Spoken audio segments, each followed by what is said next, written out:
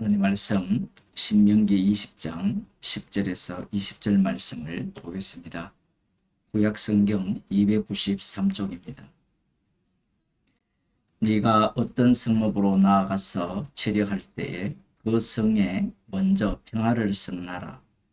그 성읍이 만일 평화하기로 희답하고 너를 향하여 성문을 열거든 그 온 거민으로 네게 공을 바치고 너를 섬기게 할 것이요 만일 너와 평화하기를 싫어하고 너를 대적하여 싸우려 하거든 너는 그 성읍을 에워쌀 것이며 내 하나님 여호와께서 그 성읍을 네 손에 붙이시거든 너는 칼날로 그 속의 남자를 다 쳐 죽이고 오직 여자들과 유아들과 육축과 무릇 그 성 중에서 네가 탈취한 모든 것은 네 것이니 취하라. 네가 대적에게서 탈취한 것은 내 하나님 여호와께서 네게 주신 것인즉 너는 그것을 누릴지니라. 네가 네게서 멀리 떠난 성읍들 곧 이 민족들에게 속하지 아니한 성읍들에게는 이같이 행하려니와 오직 내 하나님 여호와께서 네게 기업으로 주시는 이 민족들의 성읍에서는 호흡 있는 자를 하나도 살리지 말지니 곧 헷 족속과 아모리 족속과 가나안 족속과 브리스 족속과 히위 족속과 여부스 족속을 네가 진멸하되 내 하나님 여호와께서 네게 명하신 대로 하라. 이는 그들이 그 신들에게 행하는 모든 가증한 일로 너희에게 가르쳐 본받게 하여 너희로 너희의 하나님 여호와께 범죄케 할까 함이니라. 너희가 어느 성읍에 오랫동안 에워싸고 쳐서 취하려 할 때에도 도끼를 둘러 그곳의 나무를 작벌하지 말라. 이는 너희의 먹을 것이 될 것임이니 찍지 말라. 밭의 수목이 사람이냐? 너희가 어찌 그것을 에워싸겠느냐? 오직 과목이 아닌 줄로 아는 수목은 작벌하여 너희와 싸우는 그 성읍을 치는 기구를 만들어 그 성읍을 함락시킬 때까지 쓸지니라. 아멘. 이 전쟁을 하는데 이 먼 곳에 있는 이 가나안 땅에 거하는 거주민이 아닌 그들과 전쟁을 할 때는 먼저 평화를 선언하라 말씀합니다. 평안을 선언한 이후에 그 성읍이 평화하기로 기쁘게 답변을 하면 그들과 이렇게 하면서 성문을 열면 그들에게 조공을 받고 너희를 섬기게 할 것이라. 그렇게 말씀하시고요. 만일 싫어하면 그 성읍을 하나님께서 붙이시면 칼날로 남자를 다 죽이고 여자들과 유아들과 육축과 그 성 중에서 탈취한 모든 것은 너의 것이 된다라고 말씀합니다. 하지만 가나안 땅 같은 경우에는 호흡 있는 것들은 다 진멸하라고 합니다. 그러면서 하시는 말씀이 전쟁을 함에 있어서 이 가나안 땅에 과실 수 있죠.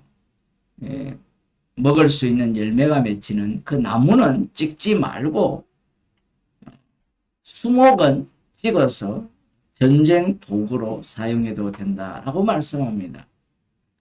하나님께서 별별 율법을 다 주시죠. 그런 생각이 안 들어요?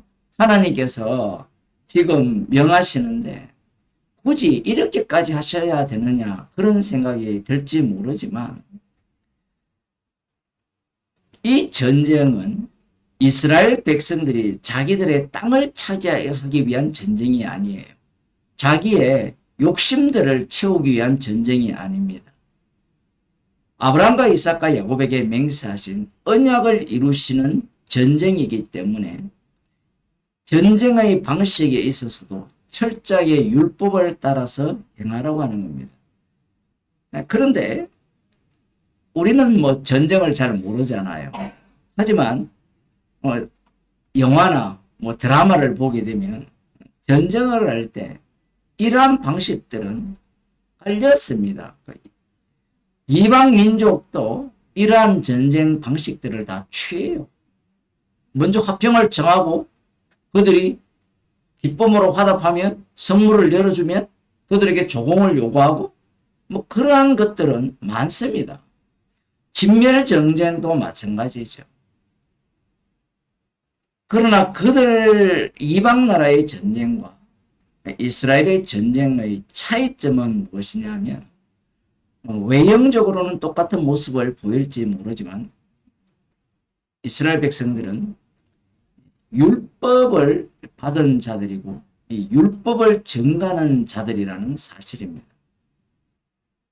그런데 이 전쟁 중에 과연 이러한 원칙을 지킬 수 있느냐라는 거예요. 가령 19절 20절에 나오는 과실수는 찍지 말고 수목은 찍어서 전쟁 도구로 쓰라 하는데, 예를 들어 가나안 땅 정복에 있어서 성경에는 나오지는 않아요.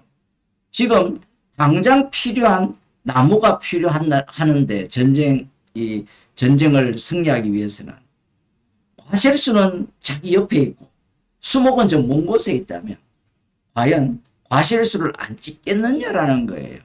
우리들이야 이 말씀을 읽으면서 하나님께서 이스라엘 백성들에게 축복을 주시기 위해서 과실나무를 찍지 말라 이렇게 편하게 관람할지 모르지만 실제 전쟁터가 되어지면 불가능합니다. 우리들도 마찬가지잖아요. 교회에 와서 기도할 때나 말씀을 묵상할 때는 주님 오늘은 이렇게 주님의 은혜를 알아가는 하루로 살겠습니다 라고 하지만 막상 우리의 삶의 현장으로 들어가면 불가능합니다. 외부 환경이 우리를 가만히 두지 않아요.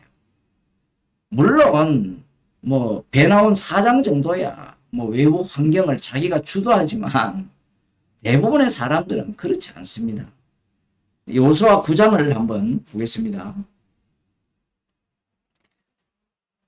3절에 보면 기브온 거민들이 요수아의 여리고와 아이에 행한 일을 듣고 꾀를 내어 사신의 모양을 꾸미되 헤어진 전대와 헤어지고 찢어져서 기운 가죽 포도주 부대를 나귀에 싣고 그 발에는 낡아 기운 신을 신고 낡은 옷을 입고 다 마르고 곰팡이 난 떡을 예비하고 그들이 길갈 지나러 와서 요수아에게 이르되 그와 이스라엘 사람들에게 이르되 우리는 원방에서 왔나이다. 이제 우리와 약조하사이다. 사실 기본 거민들은요. 베델 바로 옆에 지역에 있거든요. 히위 족속입니다. 이들이 아이성과 여리고성의 멸망을 알았어요. 뿐만 아니라 이전에 바산왕 옥과 그 헤스본 왕 시온을 하나님께서 어떻게 붙이셨는지를 다 알았습니다. 그리고 첩자가 있었는지 방금 우리가 읽은 신명기 20장에 나오는 그 내용을 이들이 자기들 방식으로 꾸민 겁니다. 신명기 19장에서는 20장 오늘 우리가 읽은 본문에서는 너희들이 먼저 평화를 청하라고 했어요. 이스라엘이 먼저 평화를 청하라 했습니다. 여기에는 기브온이 와서 평화를 청하잖아요. 우리가 보기에는 그거나 무슨 차이가 있는지 할지 모르지만 율법은요. 율법대로 해야 돼요. 이스라엘이 주도권을 갖고 있어요. 저들이 먼저 평화를 청할 때 그래 알겠다 평화하자 이렇게 나오면 안 돼요. 이스라엘이 먼저 평화를 청해야 되는데 기브온이 마치 바로 옆에 살고 있으면서도 진멸당할 땅에 살고 있으면서도 엄청나게 먼 곳에서 행세를 하면서 이 신명기 20장을 이용하죠. 그래서 자신들과 평화의 약조를 하게 해달라고 요청을 합니다. 12절에 보면 우리의 이 떡은 우리가 당신들에게로 오려고 떠났던 날에 우리들의 집에서 오히려 뜨거운 것을 양식으로 취하였더니 보소서 이제 말랐고 곰팡이 났으며 또 우리가 포도주를 담은 이 가죽 부대로 새것이더니 찢어지게 되었으며 우리의 이 옷과 신도 여행이 심히 길므로 인하여 낡아졌나이다 한지라. 이렇게 말하는데 속아 넘어가지 않을 수 있느냐? 속아 넘어가는 이유가 있어요. 이들이 들뜬 겁니다. 들뜬 거. 아이성 전투와 여리고성 전투는 여호와께서 붙이시는 전쟁이었잖아요. 그러면 그들이 붙이시는 전쟁에 익숙해졌기 때문에 이것도 하나님의 뜻이 아닐까 라고 생각을 하는 겁니다. 물론 성경에는 나오지 않지만. 그러니까 14절 봅시다. 무리가 그들의 양식을 취하고 어떻게 할 것을 여호와께 묻지 아니하고, 이렇게 하죠. 묻지 않습니다. 왜냐하면 지금 신명기 20장을 기억한다면 자신들이 먼저 평화를 이야기를 해야 돼요. 요구를 해야 됩니다. 화평하자고. 그런데 지금 이들이 화평하자고 요구했고, 그들의 말뿐인 먼 곳에서 왔다라는 그 증거, 그러면서 이들이 바짝 엎드리잖아요. 그러니 여호와께 물을 필요가 없었던 거예요. 그래서 이들과 화친하여 그들을 살리리라는 언약을 맺고 회중 족장들이 그들에게 맹세. 환경 자체가, 분위기 자체가 여호와의 율법을 지킬 수 없는 상황으로 내몰린 겁니다. 하나님께서 이렇게 율법을 주신 이유가 무엇이냐 하면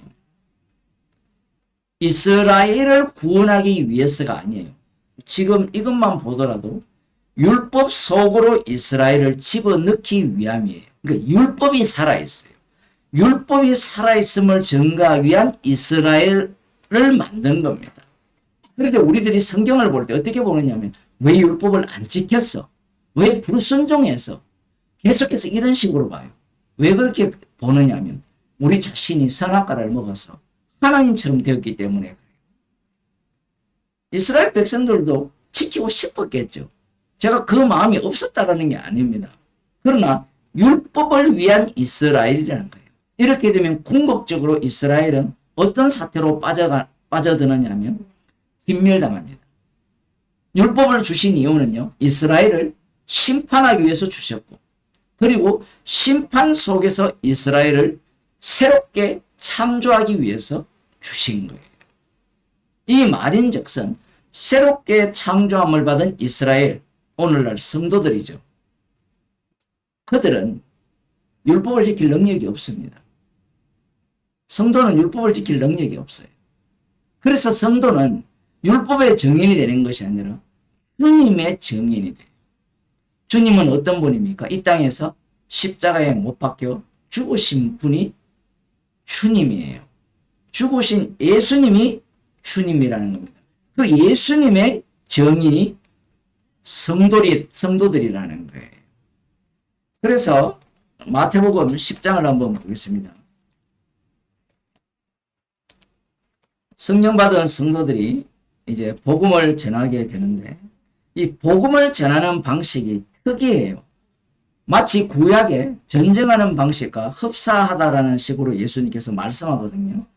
10장 11절에 보면 아무 성이나 촌에 들어가든지 그 중에 합당한 자를 찾아내어 너희 떠나기까지 거기서 머물라. 또 그 집에 들어가면서 평안하기를 빌라. 비슷하죠. 평안하기를 빌라. 그 다음 그 집이 이에 합당하면 너희 빈 평안이 거기 임할 것이요. 만일 합당치 아니하면 그 평안이 너희에게 돌아올 것이니라. 누구든지 너희를 영접도 아니하고 너희 말을 듣지도 아니하거든 그 집이나 성에서 나가 너희 발에 먼지를 떨어버리라. 내가 진실로 너희에게 이르노니 심판날에 소돔과 고모라 땅이 그 성보다 견디기 쉬우리라. 복음을 전하는데 먼저 화평을, 그 집안에 평안을 빌라는 겁니다. 평안을 빈다라는 것은 평안하세요 이것이 아니라 십자가에 못 박히신 예수 그리스도가 주님입니다. 예수님을 믿으면 구원을 얻습니다 라는 그 평안을 비는 거예요. 그런데 그 평안이 그 집에 합당하면 그들이 받아들일 거고, 받아들이지 않으면 그 평안이 평안을 빈 자에게 돌아온다라고 하는데, 문제는 그 뒤에 보게 되면 평안을 빌었는데, 복음을 전했는데 그들이 복음을 받지 않으면서 어떤 태도를 취하느냐 하면 죽는 자리로, 채찍을 맞는 자리로 내어보낸다는 겁니다. 심지어는 가족들이 그렇게 한다는 거예요. 21절에 보면 너희 아버지의 21절 장차 형제가 형제를 아비가 자식을 죽는데 내어주며 자식들이 부모를 대적하여 죽게 하리라.